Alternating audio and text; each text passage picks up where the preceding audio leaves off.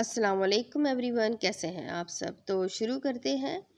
قصہ قلب کی رائٹر ڈپارٹمنٹ کی طرف سے تیسری سٹوری، آزمائش بشر۔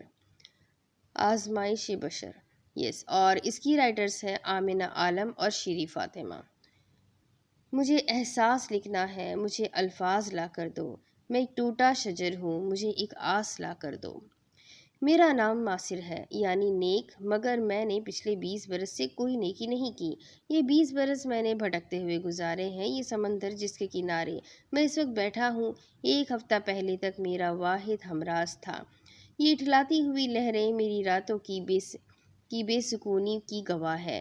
اس رات میں معمول کی طرح اس دریا کے کنارے آ کر ایک اونچے ٹیلے کا چناؤ کر کے بیٹھ گیا۔ ماضی نے میرے گرد یادوں کا جال بننا شروع کیا۔ میری نظروں کے سامنے 20 سال پہلے کا منظر لہرایا، جہاں 9 سال کا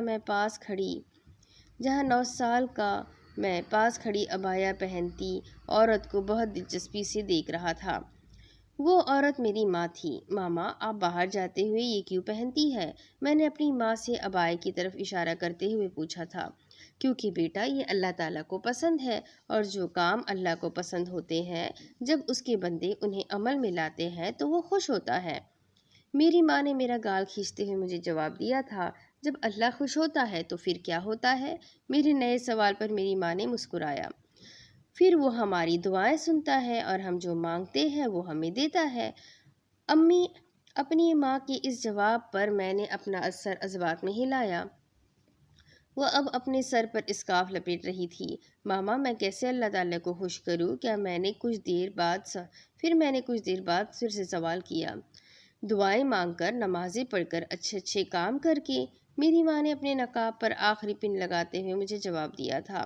اس وقت میری ماں نے خود کو مکمل طور پر چھپا دیا تھا، صرف ان کی آنکھیں دکھ رہی تھیں۔ وہ اس وقت بلا شبہ بے حد حسین لگ رہی تھی۔ میری ماں مجھے لیے باہر نکلی۔ میں نے ان کا ہاتھ تھام رکھا تھا۔ ہم گروسری خریدنے جا رہے تھے۔ مال کی پارکنگ ایریا میں گاڑی پارک کر کے ہم دونوں مال کی جانب بڑھے۔ میں اپنی ماں سے آگے چل رہا تھا۔ ایک دم کسی کے پیچھے نہ ہونے کے احساس سے میں نے گردن موڑ کے دیکھا تو واقعی میری ماں میرے پیچھے نہیں آ رہی تھی۔ میں نے اپنی ماں کی تلاش میں نظریں دوڑائی تو وہ مجھے راستے میں کھڑی موٹر سائیکل سے اپنا اٹکا ہوا عبایا نکالنے کی کوشش میں مصروف دکھی۔ نہ جانے کون بیوقوف راستے میں کھڑی کر کے چلا گیا تھا۔ مجھے موٹر سائیکل والے پہ بہت غصہ آیا۔ اس سے پہلے کہ میں اپنی ماں کے پاس پہنچ کر ان کی مدد کرتا، ایک تیز رفتار گاڑی تیزی سے میری ماں کو کچلتے ہوئے نکل گئی تھی۔ مجھے سمجھ نہیں آیا تھا کہ ہوا کیا ہے۔ جب میں نے اپنی ماں کو خون میں لت پت سڑک پہ بے سدھ پڑا دیکھا تو میرے حلق سے چیخ برآمد ہوئی اور میں حلق کے بل چلایا، ماں! یہ چیخ سمندر کی خاموش لہروں نے بھی سنی تھی۔ سناٹے کو چیرتی ہوئی یہ چیخ میرے کانوں تک پہنچی تو میں حال کی دنیا میں لوٹا تھا۔ میری سوچوں کا تسلسل روز یہیں آ کے ٹوٹتا تھا۔ اس سے آگے میں کبھی نہ سوچ سکا۔ آگے کی سوچیں میرے دل پر ایک بھاری بوجھ کی شکل میں موجود تھی۔ اس بوجھ کی وجہ سے اکثر سانس کھینچنا مشکل لگتا تھا۔ کبھی کبھی جی میں آتا تھا کہ خودکشی کر کے خود کو اس بوجھ سے آزادی دلاؤں، مگر نہ جانے میرے اندر موجود کوئی مجھے روک دیتا تھا۔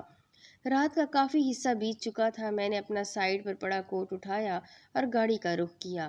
ابھی میں گھر سے کچھ فاصلے پر تھا جب میری گاڑی رک گئی۔ شاید پیٹرول ختم ہو گیا تھا۔ میں گاڑی وہیں چھوڑتا پیدل ہی گھر کی جانب بڑھا۔ ابھی میں نے آدھا راستہ ہی نہ طے کیا تھا جب مجھے مسجد کے اندر لائٹ جلتی نظر آئی۔ شاید کوئی چلتی ہوئی چھوڑ گیا تھا۔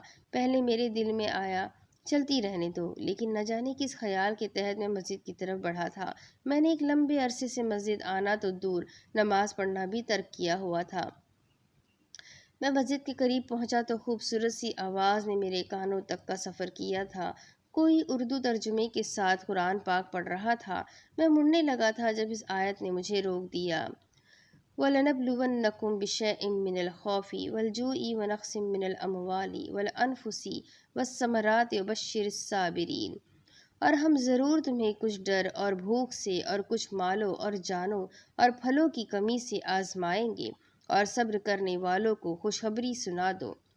میرے قدم خود بخود اندر کی جانب بڑھے۔ میں مسجد کے دروازے پر رک گیا۔ کیا مجھے آزمایا گیا تھا؟ ایک دم میرے ذہن میں یہ خیال آیا تھا۔ میرے ذہن میں کئی منظر گھومے تھے۔ پٹیوں میں جکڑی میری ماں، سجدے میں روتا 9 سال کا وہ دعا کے لیے اٹھے میرے ہاتھ، میری ماں کے وجود پر ڈالی گئی سفید چادر، کفن سے جھلکتا ماں کا چہرہ۔ اچانک کسی نے میرے کندھے پر ہاتھ رکھ کر متوجہ کرنا چاہا تو میں نے چونک کر دیکھا۔ سامنے مسجد کے امام صاحب کھڑے تھے۔ کس کی تلاش میں ہو بیٹا؟ امام صاحب کی شفقت بھری آواز میرے کانوں سے ٹکرائی تھی۔ معلوم نہیں، میرے جواب پر امام صاحب مسکرائے تو مجھے حیرت ہوئی، بھلا کوئی ایسے جواب پر بھی مسکرا سکتا ہے؟ ان کا یہ انداز مجھے اپنے سحر میں جکڑ رہا تھا۔ امام صاحب نے مجھے اندر آنے کا کہا۔ میں انکار کر کے واپس پلٹنا چاہتا تھا، لیکن میں انکار نہیں کر سکا۔ میں ان کے پیچھے جوتے اتارتا اندر بڑھا۔ امام صاحب ایک کونے میں قالین پر بیٹھ گئے تو میں بھی ان سے کچھ فاصلے پر نظریں جھکائے بیٹھ گیا۔ آج پہلی بار کسی کے سامنے مجھ سے نظریں نہیں اٹھائی جا رہی تھی۔ کچھ اہم کھویا ہے؟ امام صاحب نے کچھ دیر کی خاموشی کے بعد پوچھا۔ ان کے لہجے میں کچھ تھا کہ میرا دل چاہا سارا بوجھ اتار پھینکوں۔ میں نے کچھ وقفے کے بعد بولنا شروع کیا۔ ماں کھوئی ہے۔ مناظر میری آنکھوں کے سامنے چلنا شروع ہوئے۔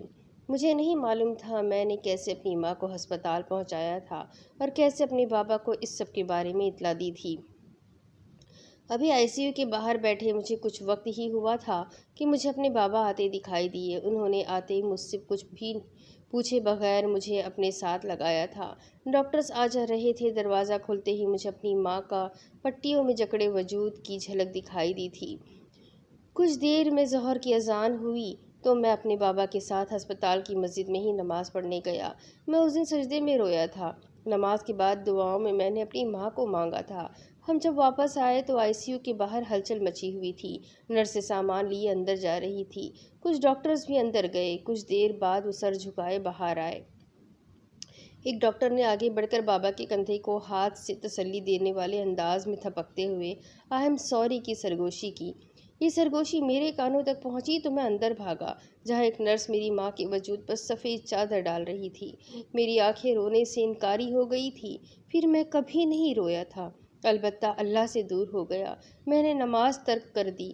اس دن کے بعد میں نے قرآن کبھی نہیں پڑھا۔ یہ سب بتاتے ہوئے میرا چہرہ اشکوں سے تر ہو گیا تھا۔ آج پہلی بار میں نے اپنے دل کا بوجھ کسی کو بتایا تھا۔ میرا دل ایک دم ہلکا پھلکا ہو گیا۔ بیٹا، یہ آزمائش تھی اللہ تعالیٰ کی طرف سے۔ اللہ تعالیٰ اپنے پیارے بندوں کو ہی آزمائش میں ڈالتا ہے۔ وہ انسان کو اس کی برداشت سے زیادہ دکھ نہیں دیتا۔ یہ امتحان ہوتا ہے۔ امام صاحب نے کچھ وقفے کے بعد نرم لہجے میں مجھے سمجھایا تھا۔ مگر میں اس امتحان میں ناکام ہو گیا ہوں۔ میں نے قالین پر انگلی پھیرتے ہوئے کہا۔ نہیں، آپ ناکام نہیں ہوئے۔ آپ ناکام اس وقت ہوتے جب آپ اس آزمائش سے تنگ آ کر حرام موت کو گلے لگا لیتے۔ اگر آپ ایسا کر لیتے تو آپ اللہ کی نافرمانی کرتے ہوئے اس کے غضب کو للکارتے۔ آپ کے پاس معافی مانگنے کے لیے زندگی موجود ہے۔ آپ سچے دل سے معافی مانگے اور آپ کی ضرور سنے گا وہ۔ امام صاحب کی بات پر مجھے حیرت ہوئی تھی۔ مجھے معافی مل جائے گی؟ میں نے حیران لہجے میں تصدیق چاہی۔ ہاں، اگر صدق دل سے معافی مانگیں گے تو ضرور، انشاءاللہ۔ ابھی تہجد کا وقت ہے، اگر پڑھنا چاہے تو پڑھ کر چلے جائیے گا۔ فجر میں آپ کا انتظار رہے گا۔ امام صاحب نے اٹھتے ہوئے کہا۔ انہیں اٹھتا دیکھ کر میں بھی اٹھ کھڑا ہوا۔ کیا آپ روز اس وقت جاگتے ہیں؟ میں نے انہیں جاتا دیکھ کر پوچھا۔ نہیں، آج خدا کے بندے کی اصلاح کے لیے خدا نے مجھے جگائے رکھا، امام صاحب کہتے ہوئے چلے گئے۔ میں وضو کیے نماز کے لیے کھڑا ہوا۔ آج اتنے عرصے بعد خدا کے در پر حاضری کے احساس نے مجھ پر رخت طاری کر دیا۔ تہجد پڑھ کر میں گھر پہنچا تو سب سو رہے تھے۔ کمرے میں آ کر میں نے کپڑے تبدیل کر کے الارم سیٹ کیا۔ کمرے کی لائٹس آف کرتے ہوئے میں بستر پر لیٹا تو خلاف معمول ماضی کی کسی یاد نے مجھے نہیں جکڑا تھا، بلکہ کچھ ہی دیر میں نیند نے مجھے اپنی آغوش میں لے لیا تھا۔ صبح الارم کی آواز سے میری آنکھ کھلی۔ میں مسجد پہنچا تو امام صاحب واقعی میرا انتظار کر رہے تھے۔ پھر یہ معمول بن گیا۔ میں نے آہستہ آہستہ اپنا رابطہ اس ہستی کے ساتھ ہموار کیا جو مجھ سے 70 ماؤں سے زیادہ پیار کرتا ہے۔ مجھے یہ بات سمجھ میں آ گئی تھی کہ ہر مسئلے کا حل موت نہیں ہوتا۔ موت ہر بار آزادی نہیں دیتی، کبھی کبھی موت کے بعد تاریک زندان انتظار میں ہوتا ہے۔ اس لیے موت کا سوچنے کے بجائے زندگیاں سنوارے یہ نجات کا ذریعہ بن سکتا ہے۔ تو یہ چھوٹی سی کہانی بھی یہیں ختم ہوتی ہے۔ امید کرتی ہوں آپ لوگوں کو ضرور پسند آئی ہوگی۔ اس میں بھی بہت پیار سے سمجھایا گیا ہے کہ اللہ آپ سے آزمائشیں لیتا ہے۔ کبھی آپ کے قریبی لوگوں کو آپ سے چھین کر کبھی کوئی بڑا مسئلہ پیدا ہو جاتا ہے۔ کسی نہ کسی طریقے کی آزمائشیں ہوتی ہے، لیکن اس پر ہمیں صبر کرنا چاہیے، اللہ سے دعا مانگنی چاہیے، حالات کا سامنا کرنا چاہیے۔ بزدلوں کی طرح حالات کے آگے جھک کر اللہ سے دور نہیں ہونا چاہیے۔ حرام موت کو گلے نہیں لگانا چاہیے، چاہے کتنی ہی بڑی تکلیف کیوں نہ آ جائے۔ تو امید کرتی ہوں آپ لوگوں کو یہ کہانی بھی ضرور پسند آئی ہوگی۔ تو آگے بڑھتے ہیں چوتھی سٹوری کی طرف۔ تو ملتے ہیں چوتھی سٹوری میں، تب تک کی ویڈیو کو شیئر ضرور کیجیے گا۔ بہت پیاری باتیں ان چھوٹی چھوٹی سی کہانیوں میں لکھی گئی ہیں۔ ملتے ہیں اگلے ویڈیو میں، تب تک کے لیے اللہ حافظ۔